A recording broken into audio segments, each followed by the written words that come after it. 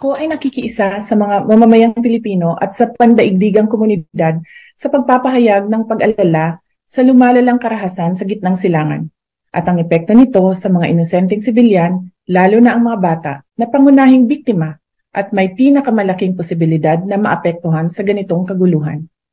Ako'y nananawagan sa aking mga kapwa Pilipino na ipahayag ang isang tigil putukan at dalhin ang usapin ng kapayapaan sa mesa.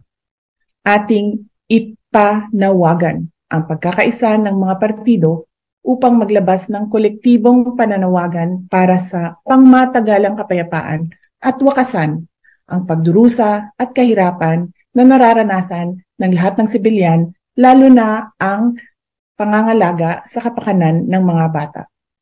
Ang patuloy na kaguluhan ay may malaking epekto hindi lamang sa kaligtasan at seguridad ng mga Pilipino na naninirahan sa mga apektadong lugar, kundi pati na rin sa kanilang mga pamilya sa Pilipinas na umaasa sa kanila para sa pinansyal na suporta.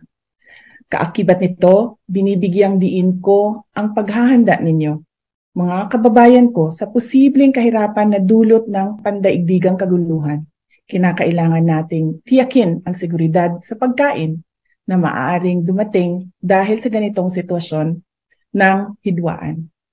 Sa pag-aalalang ito, nais kong bigyang diin ang kahalagahan ng pagsuporta sa mga mapayapang solusyon na makakatulong sa pangmatagalan na kapayapaan. Ang pagtindig para sa kapayapaan ay pagtindig para sa mga bata at sa kinabukasan ng ating bansa.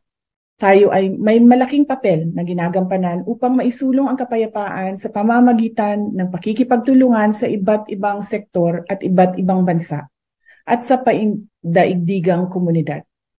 Sa ating mga sariling paraan, maaari tayong maging tagapagtaguyod ng pagbabago at pag-unlad na may tuon sa kapayapaan at katarungan. Syukran.